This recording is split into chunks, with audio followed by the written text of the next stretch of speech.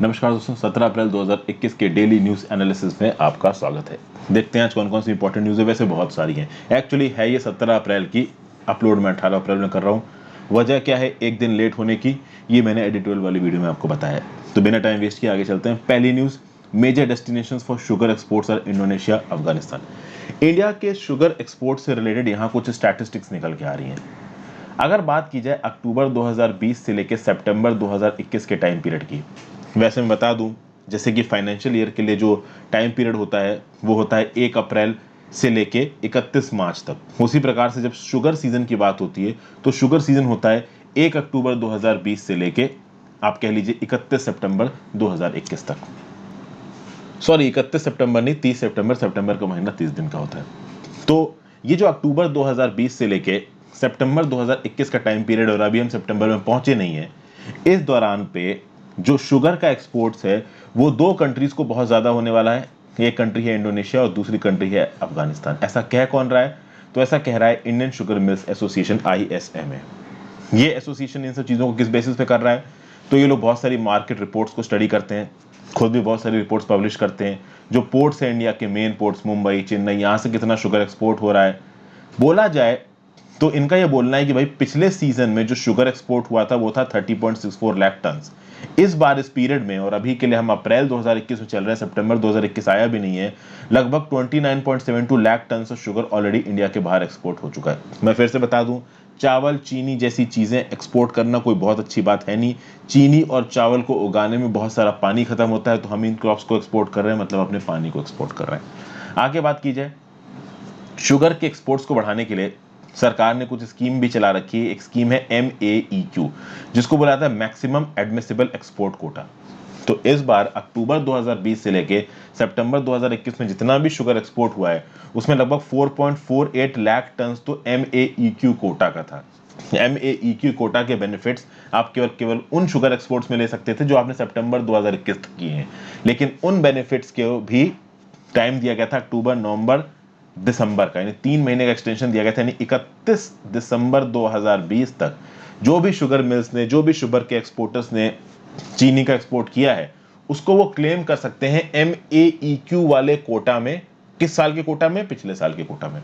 तो पिछले साल वाले कोटा में, ओके, पिछले साल वाले MEEQ के कोटा में 31 दिसंबर 2020 तक के एक्सपोर्ट्स को देखा जा सकता है। मतलब कि 1 अक्टूबर 2020 से 31 दिसंबर 2020 का जो शुगर कोटा है वो तो इस साल के MEEQ सीजन में आना चाहिए, लेकिन पिछले साल वाले MEEQ सीजन में उसको काउंट किया गया है। तो पिछले साल वाले MEEQ सीजन के 4.48 लाख टन को यहाँ पे कंप्लीट किया गया है। 2019-20 वाले सीजन का 4.48 लाख टन को क्लेम किया गया MEEQ 2019-20 सीजन के। और उसके बाद अगर बात की जाए तो इस साल MEEQ कोटा का एक्सपोर्ट बेनिफिट दिया गया है 2020-21 सीजन के लिए 60 लाख टन। मतलब कि इस 4.48 लाख टन जो कि 2019-20 वाले MEEQ सीजन के थे, इसके अलावा MEEQ बेनिफिट्स के अंदर 60 लाख टन और एक्सपोर्ट कर सकते हैं इस शुगर सीजन में। हालांकि 60 लाख पूरा होने वाला है नहीं, क्योंकि ओवरऑल आप देख रहे हो कि प्रोडक्शन कितना हुआ है यहाँ पे। अब अगर आप बात करो यहाँ पे ये MEEQ कोटा बेनिफिट्स क्या है, तो शुगर मिल्स को हमारी सरकारों की तरफ से कुछ ना कुछ बेनिफिट्स दिए जाते हैं कोटा के, तो these are basically MEEQ quota. आप इस स्टैटिस्टिक्स को भी कोट कर सकते हो कि प्रीवियस सीजन में 30.64 लाख टन का प्रोडक्शन हुआ था, और इस बार अगर आप डाटा देखो कौन सी तारीख तक का, तो लगभग 15 अप्रैल तक का डाटा की बात हो रही है यहाँ पे। तो इस साल 15 अप्रैल तक 29.72 लाख टन एक्सपोर्ट हुआ है। ओके, पिछले साल 30.64 लाख टन एक्सपोर्ट हुआ था। ओके, इंडस्ट्री सोर्सेस का ये भी बोलना था कि पिछले साल का जो सीजन था, यानी कि 2019-20 वाला सीजन था, यानी कि 1 अक्टूबर 2019 से लेके 30 सितंबर 2020 तक का जो सीजन था, उसमें जो ज्यादातर शुगर के इंपोर्ट्स गए थे इंडिया में, वो कहाँ गए थे? ईरान में गए थे और अफगानिस्तान में गए थे। अब ईरान में हम उतना एक्सपोर्ट कर नहीं पा रहे हैं क्योंकि यूएस के सैंक्शंस लगे हुए हैं, तो हम ईरान से तेल मंगवा भी नहीं पा रहे हैं और अपनी चीज़ों को ईरान भेज भी नहीं पा रहे हैं। तो उसके चलते ईरान में जा रही हैं चीज़ें, बट लिमिटेड जा रही हैं क्योंकि सैंक्शंस लगे हुए हैं। तो हमारे जो एक्सपोर्ट हैं वो अफगानिस्तान को तो हो ही रहे हैं, साथ साथ इंडोनेशिया को हो रहे हैं। इंडोनेशिया को इस साल इसलिए बढ़ रहे हैं क्योंकि पहले इंडोनेशिया के पास चीनी जाती थी थाईलैंड से। अब खुद थाईलैंड में चीनी की कमी हो रही है, तो इंडोनेशिया ने इंडिया से चीनी खरीदनी शुरू कर दी।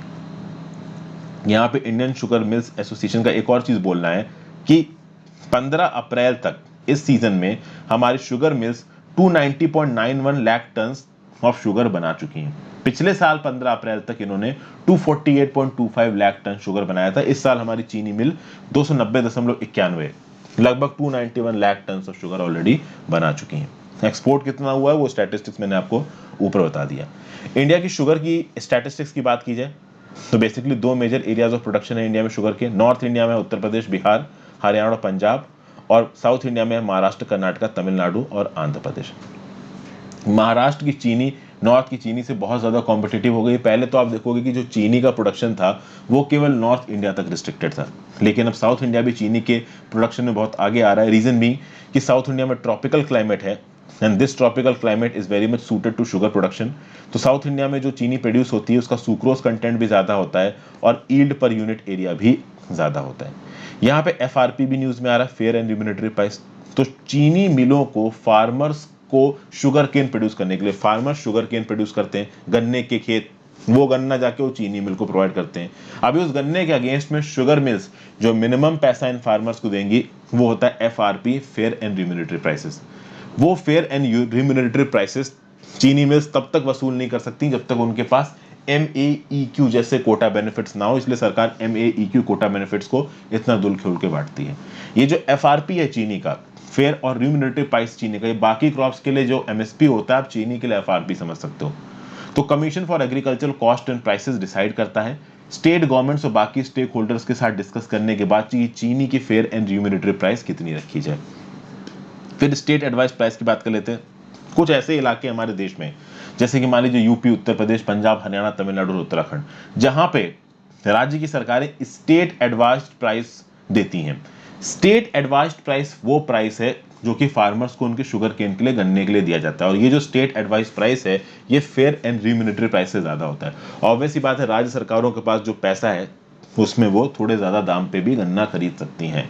तो जहां पे भी राज्य की सरकारें ज्यादा दाम पे गन्ना खरीदती है वहां पे कहीं ना कहीं फार्मर्स को फायदा होता है। जनरल स्टडीज पेपर 3 में Indian economy and issues relating to planning, mobilisation of resources, growth, development and employment में न्यूज आपको काम आएगी। आगे बढ़ने से पहले वीडियो पे लाइक का बटन, इस वीडियो को शेयर कर दीजिए, चैनल को शेयर और सब्सक्राइब कर दीजिए। ज्वाइन बटन दबा के आप हेल्प कर सकते हैं। मेरे चैनल हर्षित द्विवेदी एजुकेशन की प्लेलिस्ट सेक्शन में जाइए, वहाँ पे आपको अलग अलग टॉपिक्स की प्लेलिस्ट मिल जाएगी।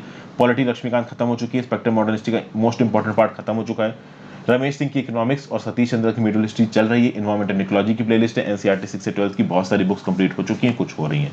तो अच्छा लगे तो ज्वाइन बटन दबा के हेल्प करिए। इंस्टाग्राम पे फॉलो करिए, अलग अलग प्रकार से आपसे जुड़ने की कोशिश करूंगा। टेलीग्राम ग्रुप ज्वाइन कर लीजिए इस पर्टिकुलर लेक्चर की PDF के लिए और मेरे लेक्चर्स की नोटिफिकेशन के लिए। नेक्स्ट बात करते हैं, UNFPA population report turns spotlight on bodily autonomy. क्या बोला जा रहा है यहाँ पे? देखिए, ये रिपोर्ट ये बोल रही है, एक रिपोर्ट आई है यूनाइटेड नेशंस पॉपुलेशन फंड की। इस रिपोर्ट का नाम है इनकी flagship state of the world population report 2021।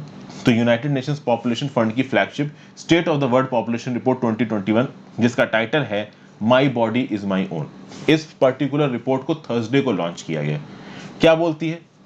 ये बोलती है रिपोर्ट कि भाई 57 डेवलपिंग कंट्रीज में ऑलमोस्ट उनकी 50% वुमेन्स के पास ये आज़ादी नहीं है कि वो अपनी बॉडी के साथ कुछ करना चाहे तो कर ले।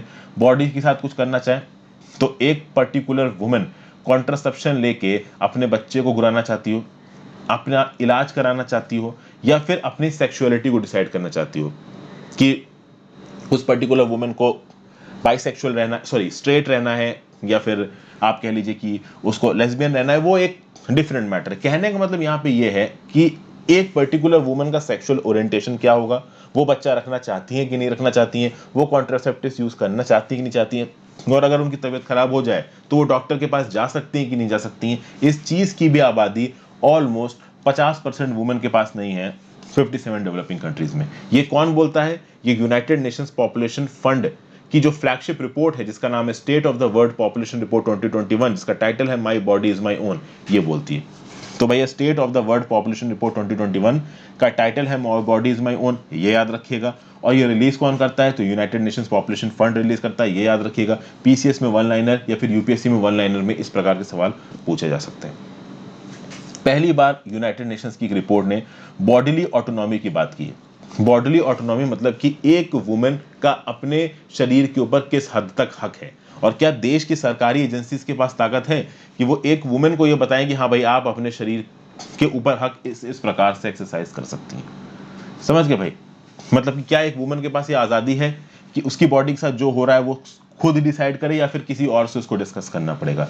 यहाँ पे मैं आपको एक बात बता दूं, कौन सी वुमन खुद डिसीजंस ले रही है, कौन सी वुमन अपने घर वालों या फिर अपने स्पाउसेस के साथ मिलकर डिसीजन ले रही है, और किन के ऊपर डिसीजंस एनफोर्स किए जा रहे हैं, इसके भी प्रिसाइज स्टैटिस्टिक्स हैं, आगे बात करेंगे।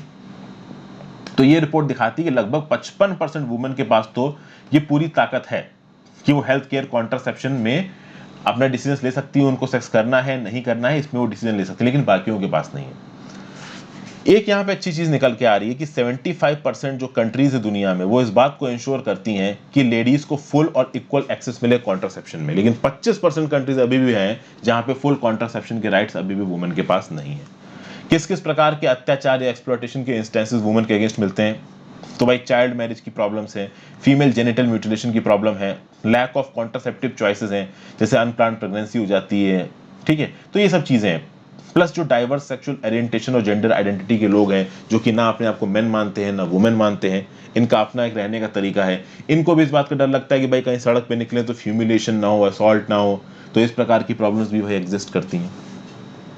ओके, तो कुल मिला के इन स्टैटिस्टिक्स से क्या पता चलता है कि भाई डिसेबिलिटीज इंपोज की जाती हैं लोगों के ऊपर।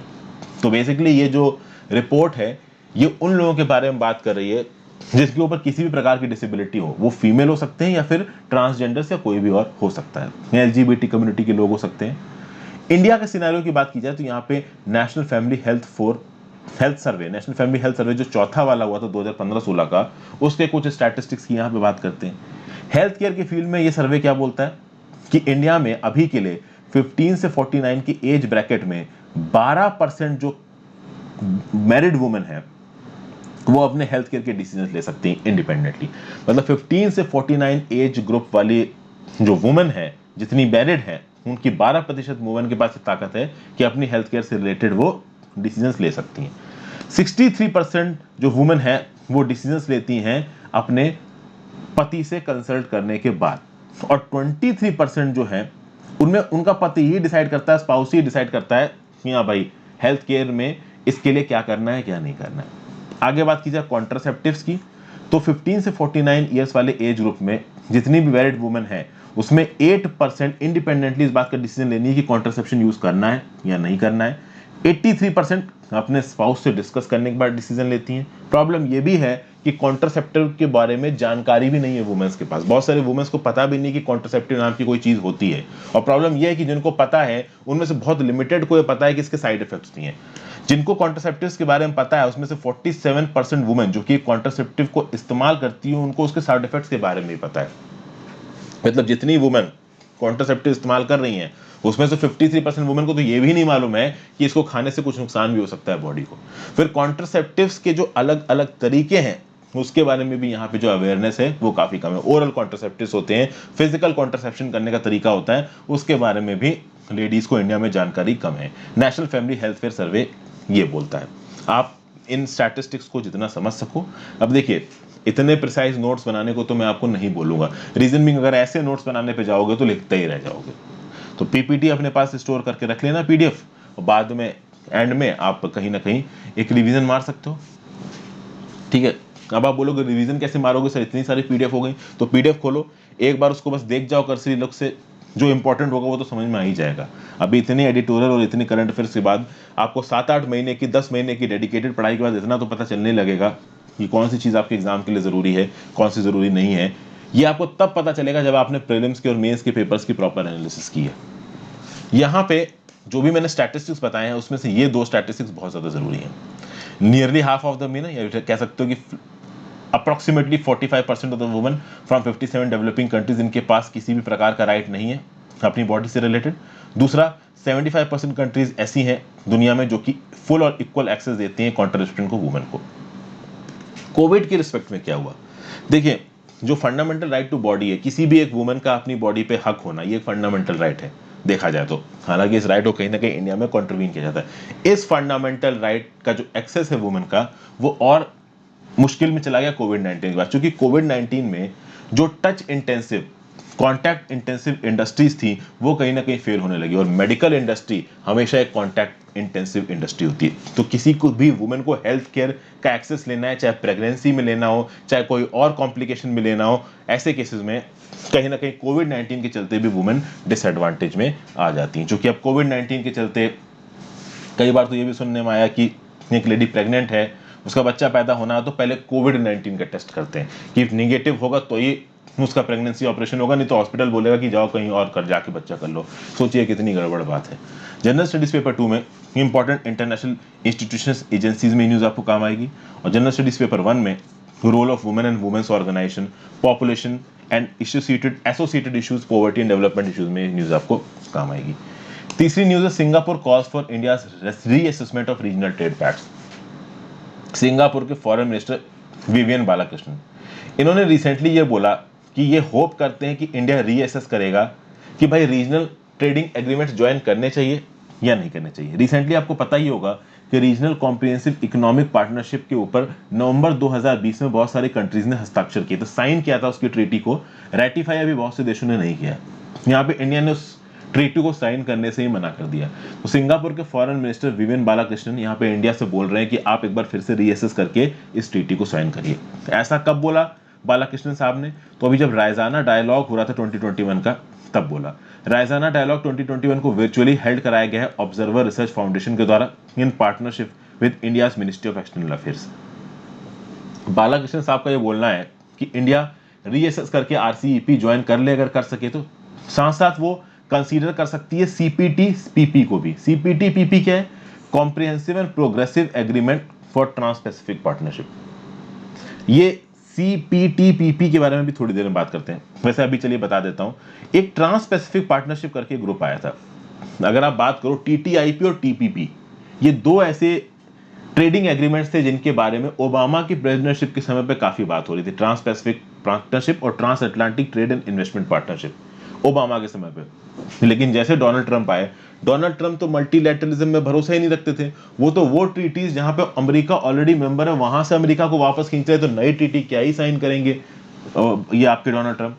हालांकि डोनाल्ड ट्रंप ने जब टीपीपी में अमेरिका के इन्वॉल्वमेंट को हटा दिया, तो उसके बाद टीपीपी का एक नया वर्जन निकल के आया जिसका नाम था Comprehensive and progressive agreement for trans Pacific Partnership, जिसमें सिंगापुर है, ब्रुनई दारुस्सलाम है, मलेशिया है, वियतनाम है एशियान की तरफ से, और बाकी कंट्रीज हैं Australia, New Zealand, Japan, Canada, Mexico, चिलेन पूरे।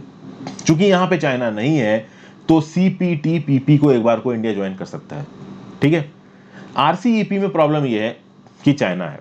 आरसीईपी में 10 एशियन नेशंस तो हैं ही, चाइना है, जापान है, रिपब्लिक ऑफ कोरिया है, ऑस्ट्रेलिया है, न्यूजीलैंड है। अब बात यह है कि यहाँ पे बालाकृष्णन साहब जो कि सिंगापुर की तरफ से बोल रहे हैं, उनके लिए बोलना बहुत आसान है कि इंडिया ज्वाइन कर ले, लेकिन आरसीईपी को इंडिया ज्वाइन नहीं कर सकता। सिंगापुर जैसी कंट्रीज तो ज्वाइन कर ही लेंगी। सिंगापुर का मार्केट कोई बहुत बड़ा नहीं है, सिंगापुर की आबादी बहुत छोटी है। इंडिया का बहुत बड़ा मार्केट है। अभी अगर आप इंडिया और चाइना के ट्रेड रिलेशंस को देखो, तो हमारी बहुत बड़ी ट्रेड डेफिसिट है चाइना के साथ। उसके बाद अगर आरसीईपी जैसे एग्रीमेंट को इंडिया साइन कर देता है, तो इंडिया को तो इतना बड़ा मार्केट मिल जाएगा चाइना को और बाकी कंट्रीज को। सिंगापुर जैसी कंट्रीज के पास तो कोई मार्केट ही नहीं है, तो उनके यहाँ तो एक लिमिट से ज्यादा इंपोर्ट हो ही नहीं सकता, तो वो तो ज्वाइन कर ही लेंगी। उनकी तो एक्सपोर्ट कॉम्पिटिटिवनेस अच्छी, वो तो अपना एक्सपोर्ट बढ़ाएंगी। तो अगर सिंगापुर जैसी कंट्रीज आरसीईपी ज्वाइन करती है, इंडिया ज्वाइन करता है, तो सिंगापुर जो सामान बना रहा है वो इंडिया को इंपोर्ट कर सकता है, एक्सपोर्ट कर सकता है। बट इंडिया वाले कितना भेजेंगे सिंगापुर का? सिंगापुर का मार्केट ही कितना बड़ा है। तो इंडिया तो जो है अपने मार्केट के दम पे है ना, लोगों के दम पे है, लोग सामान खरीदेंगे। आरसीईपी जैसे एग्रीमेंट को इंडिया ने साइन कर लिया, तो दूसरे देश में बनी हुई चीजें फ्री में इंडिया में आने लगेंगी, बहुत सस्ते में इंडिया में आने लगेंगी, तो इंडिया में बनी हुई चीजें लोग खरीदेंगे ही नहीं। इसलिए भारत सरकार आरसीईपी ज्वाइन नहीं कर रही है। आरसीईपी अब तक का दुनिया का सबसे बड़ा फ्री ट्रेड एग्रीमेंट है। इसको 10 एशियन नेशंस ने साइन कर रखा है। इसके और पार्टनर्स हैं China, south Korea, Japan, Australia, New Zealand.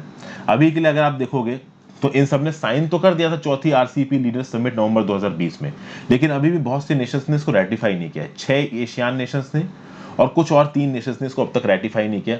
Ratification में थोड़ी प्रॉब्लम आएगी, तो नेशनल पार्लियामेंट्स में जब रेटिफिकेशन की बात होगी तो प्रॉब्लम आ सकती है। एंटी चाइना सेंटिमेंट्स अभी भी बहुत से देशों में है। सिंगापुर पहली आरसीईपी पार्टिसिपेटिंग कंट्री है जिसने साइन भी कर दिया इसके एग्रीमेंट को, रेटिफाई भी कर दिया। वो तो करेंगे उनके यहाँ तो वैसे ही मार्केट नहीं है, तो इंपोर्ट का स्कोप बहुत कम है, वो तो एक्सपोर्ट उनका बढ़ेगा आरसीईपी में, इसलिए वो साइन कर रहे हैं। जनरल स्टडीज पेपर 2 में bilateral, regional and global grouping and agreements involving India and or affecting India's interest में, effect of policies and politics of developed and developing countries on India interest, इसमें ये news आपको काम आएगी। चौथी news पे आ जाते हैं। सरकार ने यहाँ पे लॉन्च किया है ईट स्मार्ट सिटीज चैलेंज और ट्रांसपोर्ट फॉर ऑल चैलेंज। ये दो इनिशिएटिव्स अभी रिसेंट में सरकार ने लॉन्च किए हैं। क्या एम है? दो एम्स हैं इनके, दो इनिशिएटिव्स, दो एम्स।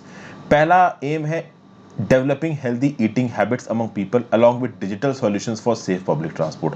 तो भैया पहला एम दिख रहा है कि लोगों के अंदर अच्छी हैबिट्स लेके आना है, तो आप देख सकते हो ईट स्मार्ट सिटी चैलेंज। दूसरा, डिजिटल सॉल्यूशंस लेके आने सेफ पब्लिक ट्रांसपोर्ट के लिए स्मार्ट सिटीज में, तो ट्रांसपोर्ट फॉर ऑल इनिशिएटिव। तो ये दो इनिशिएटिव सरकार ने लागू किए हैं और कहीं ना कहीं यहाँ पे इन दो इनिशिएटिव्स के थ्रू अलग अलग सिटीज के बीच में इन पर्टिकुलर पैरामीटर्स को लेके अच्छे इनिशिएटिव्स को लाने की कोशिश की जाएगी। सिटीज के बीच में कंपटीशन होगा कि कौन बेटर परफॉर्म करे। तो ये जो तीन चैलेंजेस थे, इनको एक ऑनलाइन इवेंट पे लॉन्च किया housing and urban affairs minister Hardeep Puri साहब ने। देखिए यहाँ पे क्या बोल रहे हैं, ये इनके स्टेटमेंट को पढ़ता हूं मैं। It is a matter of pride that we see that the eat right India approach getting scaled up to the smart cities level with the launch of Eat Smart Cities Challenge. This movement will nudge the urban population to make the right food choices and help build a healthier and happier nation. This will complement the remarkable work being done in the Smart Cities mission. क्या बोल रहे हैं ये? इनका बोलना का ये है कि भैया बड़ी बड़ी सिटीज में देखिए ऑलरेडी स्मार्ट सिटीज जो आप कह सकते हो मिशन है ये लॉन्च हो चुका है, और जो सरकार है जिसने लॉन्च किया है वो तो यही बोलेगी कि मिशन बहुत अच्छा चल रहा है। उसके साथ साथ यहाँ पे पैरेलली ये बोल रहे हैं कि ईट स्मार्ट सिटीज चैलेंज, जो बड़ी बड़ी सिटीज हैं वहां पे अर्बन पॉपुलेशन को ये समझाया जाएगा कि आप अच्छी चीजें खाइए, हेल्दी चॉइसेस लीजिए, तभी आप हेल्दियर और हैप्पियर नेशन में अपने देश को यहाँ पे कन्वर्ट कर सकते हो। ये बात बिल्कुल सही है दोस्तों कि हमारी जो बड़ी बड़ी सिटीज हैं वहां पे जो ईटिंग हैबिट्स हैं लोगों की वो बहुत खराब है, वो बहुत गलत है, ठीक है ना। अगर यूरोपियन कंट्रीज से, मैं ये नहीं बोलूंगा कि यूरोपियन और वेस्टर्न कंट्रीज में बहुत अच्छा खाते हैं लोग, हाँ वहां पे बात ये है कि वो लोग नॉनवेज थोड़ा ज्यादा खाते हैं। एक एवरेज इंडियन बहुत ज्यादा नॉनवेज नहीं खाता है। इवन आप कुछ ऐसे स्टेट्स चले जाइए जैसे कि साउथ इंडिया के स्टेट्स हो गए, महाराष्ट्र हो गया, वेस्ट बंगाल हो गया, यहाँ पे बहुत लोग आपको नॉनवेज खाते हुए दिख जाएंगे। लेकिन बहुत सारे लोग नॉनवेज नहीं भी खाते हैं, ठीक है, वीगन भी बहुत हैं। आप अगर यूरोपियन कंट्रीज में जाओगे, वेस्टर्न कंट्रीज में जाओगे, वहां पे नॉनवेज ना खाने की डेफिनेशन होती है वीगन। अभी वीगन की डेफिनेशन में दूध वगैरह मिल्क प्रोडक्ट्स भी आप नहीं ले सकते, क्योंकि वीगन की परिभाषा ये होती है कि भाई जानवरों को नुकसान नहीं पहुंचाना। इंडिया में वेजिटेरियन का कंसेप्ट अलग है।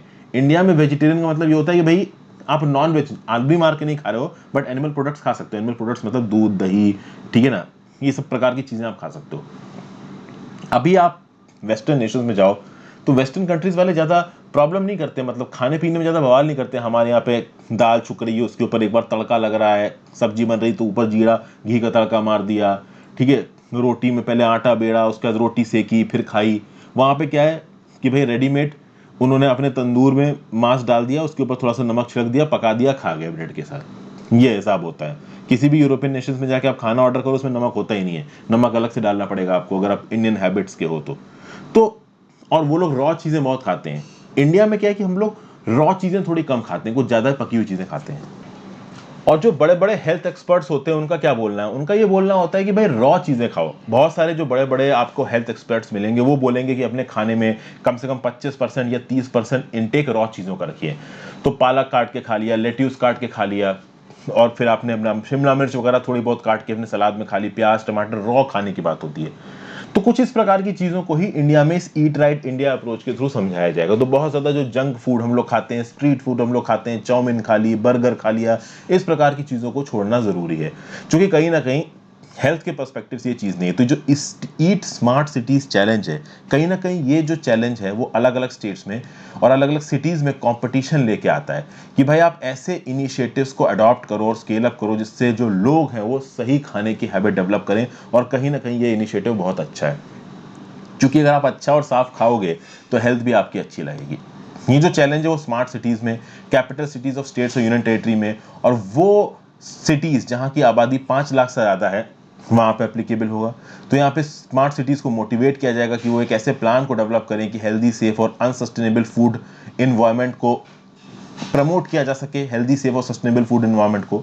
और इसको इंस्टीट्यूशनल, फिजिकल, सोशल और इकोनॉमिक इंफ्रास्ट्रक्चर के थ्रू कॉम्प्लीमेंट किया जाए ताकि फूड रिलेटेड इश्यूज में स्मार्ट सॉल्यूशंस आ सके। तो ये तो बात हो गई किसकी, ईट स्मार्ट सिटीज चैलेंज की। इसके साथ एक ट्रांसपोर्ट फॉर ऑल चैलेंज भी लाया गया। इस इनिशिएटिव को लॉन्च किया गया एक ऑर्गेनाइजेशन के साथ, आईटीडीपी के साथ मिलकर। आईटीडीपी क्या है, the institute for transportation and development policy.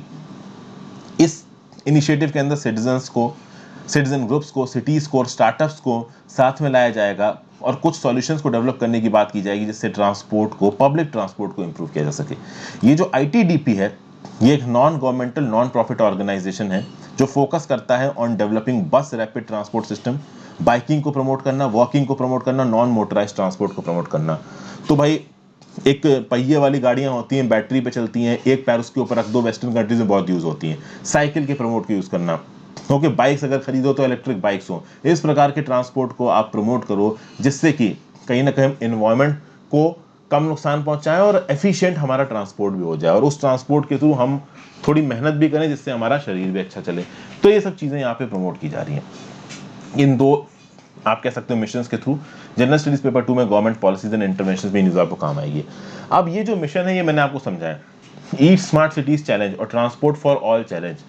देखिए, इन्वायरमेंटल सस्टेनेबल सॉल्यूशंस को ढूंढने के रिस्पेक्ट में हमारे सरकार ने क्या क्या स्टेप्स लिए हैं, वहां पे ईट स्मार्ट सिटीज चैलेंज और ट्रांसपोर्ट फॉर ऑल चैलेंज की कुछ बेसिक इंफॉर्मेशन अगर 3-3, 4-4 लाइनें में लिख सको तो ये आपके आंसर की क्वालिटी को कॉम्प्लीमेंट करेगा, बढ़ाएगा, नंबर भी दिला सकता है आपको। नेक्स्ट बात करते हैं initiatives launched by national Internet Exchange of India.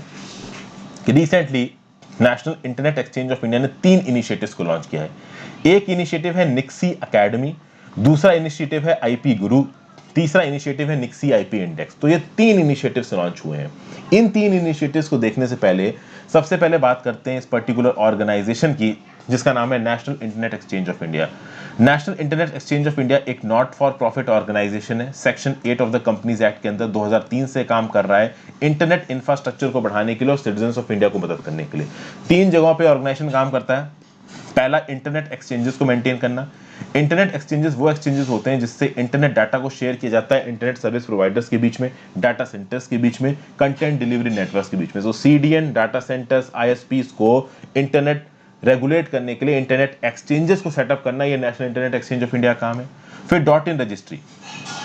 तो मान लो मैंने कोई हर्षित द्विवेदी नाम की वेबसाइट खोली तो हर्षित द्विवेदी डॉट इन। अब ये जो डॉट इन रजिस्ट्री को मेंटेन करना काम है निक्सी का, National Internet Exchange of India को, ठीक है ना। तो डॉट इन कंट्री कोड के जितने भी डोमेन नेम्स है, डॉट भारत के जितने डोमेन नेम्स है, ठीक है ना, और ये डोमेन नेम्स पूरी दुनिया में चलते हैं क्योंकि ये इंटरनेशनलाइज्ड डोमेन नेम है। तो अगर आप किसी भी दूसरे देश में, मान लो फिलीपींस में जाके हर्षित द्विवेदी डॉट इंडिया मैंने मान लीजिए खरीद रखा और ओपन करता हूं तो वहां पे भी खुलेगा। तो इंटरनेशनलाइज्ड डोमेन नेम में ये जो डॉट इन और डॉट भारत को मेंटेन करने का जो काम है वो national Internet Exchange of India के पास है।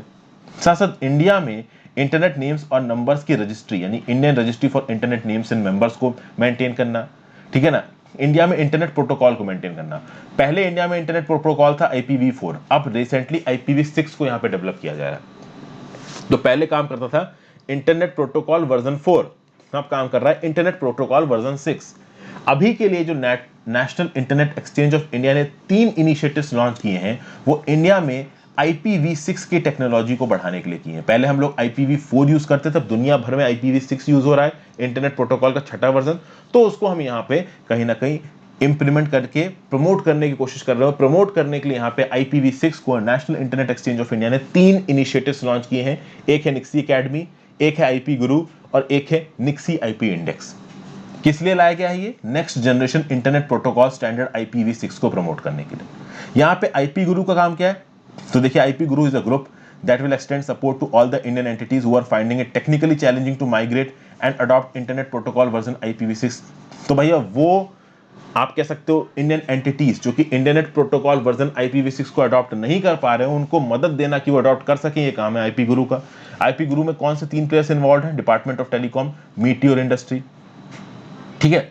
इसके लिए निक्सी ने एक और पोर्टल लॉन्च किया जिसका नाम है IPv6 इंडेक्स पोर्टल।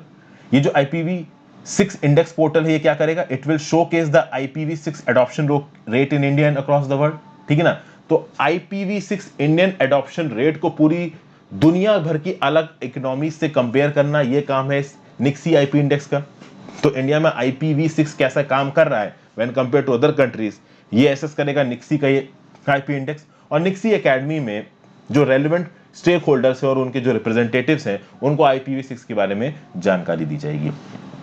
यहां पे आप कह सकते हो कि एक एजेंसी को भी हायर किया जा सकता है जो कि एंड कंज्यूमर को IPv6 के टेक्निकल एडॉप्शन में मदद करेगा। तो ये काम है यहाँ पे National Internet Exchange of India का। National Internet Exchange of India भी यहाँ पे न्यूज में इंपॉर्टेंट है। जनरल स्टडीज पेपर 2 में development process and development industry, general studies paper 3 में role of media and social networking sites in internal security challenges, basics of cyber security में news आपको काम आएगी। नेक्स्ट बात करते हैं आहार क्रांति मिशन लॉन्च। क्या है भैया ये आहार क्रांति मिशन, इसके बारे में मैंने पहले बात की है। ओके, आहार क्रांति का काम क्या है? Focus on addressing the problem of hunger and diseases in abundance across India and world. India में ही नहीं पूरे देश में, दुनिया में जहां पे भी ये हंगर और डिजीज से रिलेटेड प्रॉब्लम है, इसको आहार क्रांति के थ्रू सॉल्व करने की कोशिश की जाएगी। आहार क्रांति मिशन के बारे में मैंने 14 अप्रैल 2021 के डेली न्यूज एनालिसिस में बात की है। तो आप 14 अप्रैल 2021 का डेली न्यूज एनालिसिस देखा है तो भी ठीक है, नहीं देखा है रिवाइज करने के लिए भी आप देख सकते हो। वहां पे आहार क्रांति को मैंने बहुत डिटेल में समझाया है। अभी recently union minister for science and technology, earth sciences and health and family welfare doctor Harshvardhan साहब ने आहार क्रांति मिशन को ऑफिशियली लॉन्च कर दिया है। ज्वाइंट इनिशिएटिव है ये विजनना भारती विभा का, global Indian scientist and technocrats forum GIST का, विज्ञान प्रसार का और प्रवासी भारतीय एकेडमी और साइंटिफिक संपर्क प्रभास का। इसके अंदर एक आहार क्रांति नाम का मंथली न्यूज़पेपर भी पब्लिश होगा। ये हिंदी इंग्लिश दोनों में पब्लिश होगा। इसको पब्लिश करेगा विज्ञान प्रसार। इस इनिशिएटिव के अंदर, आहार क्रांति के अंदर, इंडिया की जो ट्रेडिशनल डाइट है उसकी रिचनेस और वैल्यू के बारे में बताया जाएगा। और केवल नॉर्थ इंडिया नहीं, साउथ इंडिया में लोकली जो भी ट्रेडिशनल डाइट्स, जो भी ट्रेडिशनल फ्रूट्स एंड वेजिटेबल्स के दम पे लोगों तक इम्यूनिटी पहुंचाने की बात है, उन तक न्यूट्रिशन पहुंचाने की बात है, इन सब चीजों के बारे में आहार क्रांति आप कह सकते हो कि अवेयरनेस लेके आएगा। ये जो मिशन है आहार क्रांति मिशन, इसका मोटो है उत्तम आहार उत्तम विचार, यानी कि गुड डाइट और गुड कॉग्निशन। अगर आप बात करो यूनाइटेड नेशंस की, तो यूनाइटेड नेशंस ने 2021 को डिक्लेयर किया है international years of fruits and vegetables. आहार क्रांति के साथ ये मैच भी करता है। यूएन सस्टेनेबल डेवलपमेंट गोल 3 के साथ ये कहीं ना कहीं मैच करता है। Rich knowledge of Ayurveda based nutrition को प्रैक्टिस में इंप्लीमेंट करने में काम आएगा ये आपका आहार क्रांति मिशन। अगर बात करें आप परफॉर्मेंस ऑफ इंडिया की ग्लोबल हंगर इंडेक्स पे, तो इंडिया को रैंक किया गया है at 94 among 107 countries global hunger index 2020 के हिसाब से। इसका स्कोर है 27.2। इंडिया का जो हंगर का लेवल है सीरियस, इसलिए आहार क्रांति टाइप के जो मिशन हैं इनकी इंडिया को बहुत जरूरत है। जनरल स्टडीज पेपर 2 में government policies and interventions for development in various sectors and issues arising out of their design and implementation में न्यूज आपको काम आएगी। नेक्स्ट बात करते हैं what is monkey dactyl the flying reptile. Researchers ने describe किया है एक प्रेटेरोसॉर स्पेशीज को। प्रेटेरोसॉर स्पेशीज क्या होती हैं? देखिए, प्रेटेरोसॉर फ्लाइंग रेप्टाइल्स थे, ठीक है ना, ये एक्सटिंक्ट हो चुके हैं, ठीक है ना। आप कह सकते हो कि ये लेट ट्रायसिक से एंड ऑफ क्रेटेशियस पीरियड में एग्जिस्ट करते थे। तो एक ऐसी प्रेटेरोसॉर स्पेशीज को यहाँ पे आइडेंटिफाई किया गया है जिसके अपोजिबल थम्स है। अब आप बोलोगे अपोजिबल थम्स क्या होते हैं? कभी अगर आपने अपना हाथ देखा हो दोस्तों, तो जो अंगूठा होता है ना, वो आपके उंगलियों के अपोज में होता है। तो उस अंगूठे के दम से आप किसी चीज को बहुत ढंग से पकड़ सकते हो। अगर आप किसी डंडे को पकड़ो, बड़े से डंडे को, तो एक तरफ से डंडे से आपकी उंगलियां आएंगी, दूसरी तरफ से खंबा आएगा। तो ये होता है अपोजिबल थम्स। आपकी उंगलियों के ओरिएंटेशन के अगेंस्ट है आपका थंब, अंगूठा, जिससे किसी भी चीज की पकड़ आप अच्छी बना सकते हो। तो अपोजिबल थम्स की जो प्रेटोरियस स्पीशीज है, इसका एक आप कह सकते हो फॉसिल मिला है। कहां मिला है? त्योजिशान फॉर्मेशन ऑफ लायोनिंग, चाइना में। इसको 160 मिलियन ईयर्स ओल्ड बताया गया है। इसके ऊपर इंटरनेशनल टीम ऑफ रिसर्चर्स, जिसमें चाइना, ब्राजील, यूके, डेनमार्क और जापान के रिसर्चर्स से ये आप कह लो थीसिस कर रहे थे, और इसको नाम दिया गया है कुनपेंग जॉब टेरस एंटी पॉलीकैटस। इसको मंकी डेक्टाइल नाम का भी यहाँ पे दिया गया। तो मंकी डेप्टाइल क्या है? एक प्रेटेरोसॉर स्पेशीज है अपोजिबल थम्स की। अपोजिबल थम्स क्या है, प्रेटेरोसॉर स्पेशीज क्या है, ये मैंने आपको बता दिया। ये जो प्रेटेरोसॉर स्पेशीज थे ये रेप्टाइल्स थे। They were close cousins of dinosaurs. Dinosaurs के साथ इफेक्ट जुड़े हुए थे। और इंसेक्ट्स के बाद एनिमल्स में जो फ्लाइंग कैटेगरी थी ना, वो यही प्रेटेरोसॉर स्पेशीज की थी। ऐसा किसने बोला? American museum of natural history ने। अगर आप बात करो पेटेरोसॉर स्पेशीज की, तो पेटेरोसॉर स्पेशीज में अलग अलग साइज के जानवर थे। कुछ तो F-16 फाइटर जेट जितने बड़े थे, और कुछ एक छोटे से इंसेक्ट के साइज पे भी थे। यहाँ पे एंटीपोलिकाटस नाम का भी आपको शब्द कहीं ना कहीं देखने को मिल सकता है। इसमें इसको एंटी ग्रीक में इस्तेमाल किया जाता था। इसका मतलब इंग्लिश में होता है अपोजिट थम्स। अपोजिट थम्स क्या होता है ये मैंने अभी आपको थोड़ी देर पहले समझाया। कुछ इस प्रकार की स्पीशीज के फॉसिल्स यहाँ पे आपको देखने को मिले हैं। जनरल स्टडीज पेपर 1 में आपको general issues on environmental ecology, biodiversity and climate change में ये न्यूज आपको काम आएगी। ज्यादा इसमें घुसने की जरूरत नहीं, जितनी काम की मैंने चीजें बताई हैं that is more than enough. आगे बात करते हैं। Raul Castro confirms he is resigning ending long reign in Cuba. ठीक है भाई, रॉल कास्ट्रो साहब इन्होंने ये अनाउंस किया है कि ये head of Cuba communist party की पोस्ट से रिजाइन कर रहे हैं। बहुत लंबे समय से इनका राज चल रहा था। पहले इनके बड़े भाई फिडेल कैस्ट्रो राज करते थे। 1959 के रेवोल्यूशन में फिडेल कैस्ट्रो पावर में आए थे और फिडेल कैस्ट्रो ने जो पुराना डिक्टेटर था जिसका नाम था डिक्टेटर फुलजेनिको बतिस्ता, ये 1959 तक पावर में था, इसको ओवरथ्रो किया। ठीक है ना। बाद में पार्टी की हेड बने क्यूबा की कम्युनिस्ट पार्टी की, और बाद में आप कह सकते हो कि कहीं ना कहीं क्यूबा में इनकी चलती थी फिडेल कैस्ट्रो की। ओके, फिर आप देखोगे कि इनकी 2006 में थोड़ी तबीयत खराब हो गई।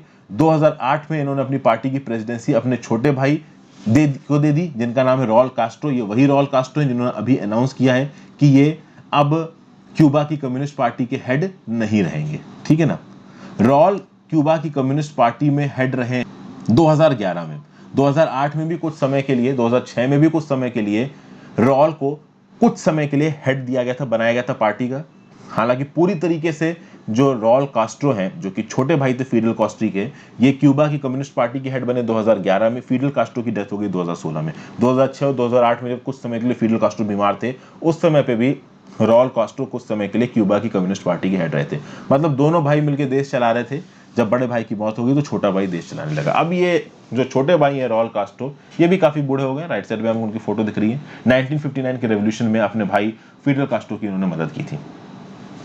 अब ये क्यूबा की कम्युनिस्ट पार्टी के हेड की पोस्ट से रिजाइन कर रहे हैं। कहीं ना कहीं इनको क्रिटिसाइज भी बहुत हद तक किया जा रहा है क्यूबा के अंदर। क्यूबा की जो इकोनॉमी है वो बहुत ज्यादा क्लोज्ड है। It is not very well, आप कह सकते हो कि इंटीग्रेटेड विद आउटर। हालांकि क्यूबा में टूरिज्म को काफी प्रमोट किया जाता है। अगर आप क्यूबा के वीजा के लिए अप्लाई करोगे ठीक ठाक, अगर आपके फाइनेंसेस आपको बहुत आराम से मिल जाएगा, आप घूम के आ सकते हो। लेकिन वहां पे लोगों के हालात बहुत ज्यादा अच्छे नहीं है। उसकी कुछ और वजह भी है। कोरोना वायरस का पैंडेमिक भी रिसेंटली फैला है। फाइनेंशियल रिफॉर्म्स बहुत स्लो है क्यूबा के अंदर, और ट्रंप एडमिनिस्ट्रेशन ने उनके ऊपर काफी सैंक्शंस लगा दिए थे। उनकी इकोनॉमी 11% गिरी लास्ट ईयर, क्योंकि भाई टूरिज्म पे कोलैप्स लग गया पैंडेमिक के चलते, और रेमिटेंसेस आने भी बंद हो गए, क्योंकि उनके लोग बहुत कम बाहर जाके काम कर रहे थे। जो कर रहे थे उनकी भी नौकरियां चली गई। तो जब कोरोना का पैंडेमिक फैला तो भैया क्यूबा में बड़ी लंबी लंबी फूड लाइंस गवर्नमेंट शॉप्स के बाहर नजर आने लगी।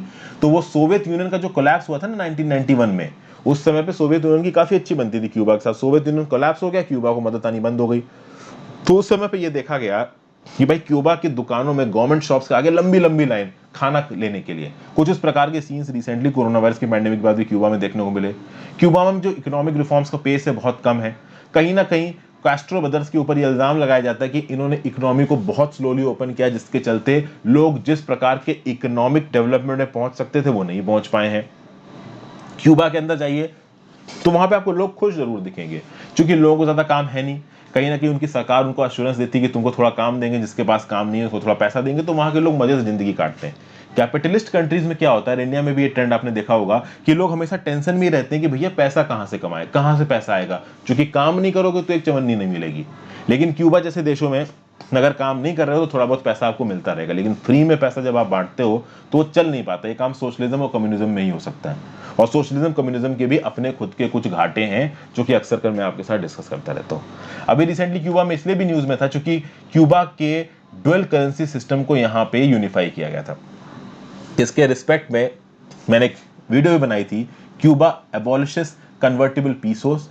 इसका क्या इम्पैक्ट था क्यूबन लोगों पे, इससे इन्फ्लेशन बढ़ सकता है या घट सकता है, इसके बारे में भी मैंने आपको बताया था। क्यूबा में 2 करेंसीज इंट्रोड्यूस क्यों की गई थी इसके मैंने आपको बात बताई थी। तो इस पर्टिकुलर वीडियो ने आप नहीं देखा हो तो आप जाके देख लो। क्यूबा अक्सर अभी न्यूज में है, तो क्यूबा के रिस्पेक्ट में जितनी भी इंटरनेशनल हैपनिंग्स हुई हैं उसके बारे में आपको पता होना चाहिए। ओके, फिर रिसेंटली क्यूबा में कुछ और आप कह सकते हो रिफॉर्म्स हुए हैं। जैसे कि क्यूबा में कुछ प्राइवेट एंटरप्राइजेस की कैटेगरी को लोगों के लिए खोला गया है। तो पहले जिन प्राइवेट एंटरप्राइजेस में क्यूबा के लोग बिजनेस सेटअप नहीं कर सकते थे, एंटरप्राइज सेटअप नहीं कर सकते थे, अब कहीं ना कहीं वो छोटे मोटे लिमिटेड बेसिस पे एंटरप्राइज चालू कर सकते हैं अपने घरों से। लीगली क्यूबा के कुछ लोगों को यहाँ पे कैपिटलिस्ट या फिर कह लीजिए बिजनेसमैन बनने की परमिशन धीरे धीरे दी जा रही है। अब ये किस हद तक इकोनॉमिक रिफॉर्म्स और तेजी से आगे बढ़ेंगे, ये आगे आने वाले समय में पता चलेगा। जनरल स्टडीज पेपर 1 में current events of national and international importance में न्यूज आपको काम आएगी। जनरल स्टडीज पेपर 2 में इंटरनेशनल रिलेशंस में न्यूज आपको काम आएगी। So thank you for watching this video को लाइक और शेयर किए मत जाइएगा। Have a great day, good bye.